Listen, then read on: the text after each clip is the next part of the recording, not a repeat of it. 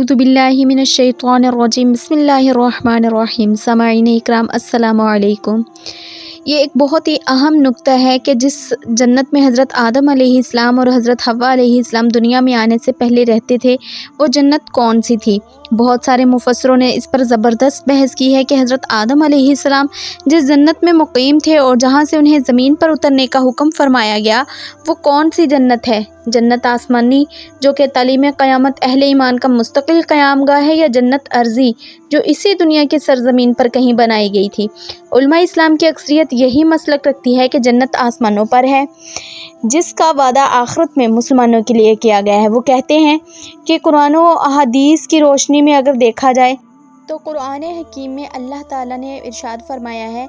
سورۃ البقرہ آیت نمبر 35 میں کہ اے آدم، تم اور تمہاری بیوی حوا جنت میں رہو۔ اس جگہ جنت کو عربی گرامر کے قاعدے سے اگر دیکھا جائے تو اسے الجنت کہا گیا ہے۔ الف لام کے ساتھ ذکر کرنا اس بات کی دلیل ہے کہ قرآن حکیم فرقان حمید میں قیامت کے بعد جہاں اہل ایمان کا قیام ہوگا، یہ وہی مقام ہے جو کہ پہلے تھا۔ اگر نئی جگہ کا ذکر ہوتا تو پہلے اس کی حقیقت کا اظہار ہوتا۔ ایک جگہ پھر اللہ تعالیٰ نے فرمایا سورۃ البقرہ کی آیت نمبر 38 میں کہ تم وہاں سے ایک ساتھ اترو۔ ہیوت کے معنی ہے اترنا، بلندی سے پستی کی طرف ہونا، لہٰذا یہ جنت عرضی نہیں ہو سکتی بلکہ جنت الماوا ہی ہو سکتی ہے۔ مسلم کی ایک طویل حدیث ہے جس میں یہ جملہ موجود ہے، ترجمہ اس کا کچھ اس طرح سے ہے: اللہ تبارک تعالیٰ لوگوں کو جمع کرے گا، پس اہل ایمان کھڑے ہوں گے جب جنت ان کے قریب ہوگی، پھر وہ آدم علیہ السلام کے پاس آئیں گے اور کہیں گے کہ اے ہمارے باپ، ہمارے لیے اس جنت کو کھولیے۔ اس پر حضرت آدم علیہ السلام فرمائیں گے کیا تم کو جنت سے تمہارے باپ کی خطا کاری ہی نے نہیں نکالا تھا؟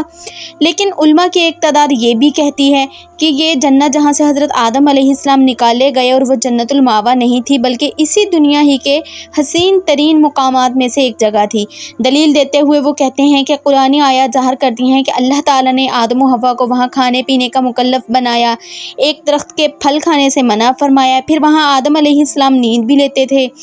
وہاں ابلیس بھی آتا جاتا تھا اور اس نے حضرت آدم علیہ السلام کو بہکا بھی دیا، پھر حضرت آدم علیہ السلام وہاں سے نکالے بھی گئے۔ یہ تمام کام دنیا کے ساتھ ہیں اور جنت الماوا میں ان کا وجود نہیں ہے، نہ وہ عالم تکلیف ہے اور نہ اس میں داخلے کا اخراج ہے۔ یہ قول بھی بڑے بڑے علماء اسلام کی طرف سے منسوب ہیں،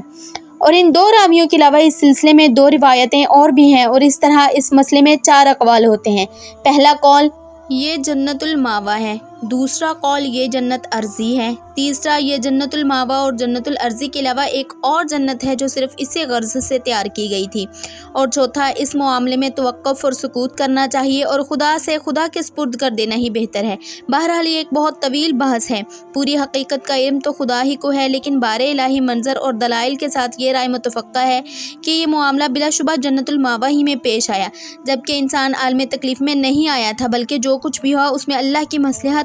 اور اللہ کی مرضی شامل تھی۔ اللہ تعالیٰ کی بعض باتیں ایسی بھی ہیں جن پر بحث لازم نہیں ہے۔ قرآن عزیز میں اس نقطے کو بحث کے قابل ہی نہیں سمجھا گیا، جبکہ صاف ظاہر ہے کہ پہلے آدم کو تخلیق کیا، پھر حوا کو بنایا گیا، پھر دونوں کو جنت میں داخل کر دیا گیا۔ وہ دونوں وہاں عرصہ دراز تک عیش و آرام کی زندگی بسر کرتے رہے، چونکہ شیطان لعین کو وہاں سے پہلے ہی نکالا جا چکا تھا۔ وہ اس فکر میں تھا کہ آدم علیہ السلام کو ذکر پہنچاؤں، اور چونکہ مجھے اس کی وجہ سے نکالا گیا، اسی وجہ سے وہ کسی نہ کسی طرح وسوسے کی صورت میں حضرت آدم علیہ السلام کی بیوی حوا تک پہنچا، انہیں شجر ممنوعہ کے متعلق بتایا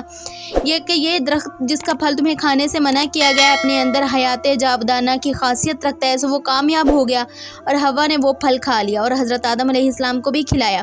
اس پر دونوں کو اپنی غلطی اور حکم عدولی کا احساس ہوا، معافی مانگی، معافی قبول ہوئی، پھر اللہ جل شانہ نے آپ دونوں کو حکم دیا تم دونوں وہاں سے ایک ساتھ اترو۔ یقیناً یہ جنت الماوا ہی تھی جس میں وہ دونوں رہ رہے تھے، دونوں ایک ساتھ اللہ کی زمین پر اتر آئے۔ یہاں پر پھر بعد حقیقت راویوں نے لکھا ہے کہ دونوں الگ الگ اتارے گئے، جیسا کہ حضرت آدم علیہ السلام ہندوستان کی سرزمین پر اتارے گئے اور حوا کو جدہ میں اتارا گیا، پھر مل کر دونوں عرفات حجاز کے میدان میں ایک دوسرے سے مل گئے۔ یہ سراسر من گھڑت اور قصے ہیں، جبکہ خدائے بزرگ و برتر نے البقرہ میں صاف صاف فرمایا کہ تم وہاں یعنی جنت سے ایک ساتھ اترو۔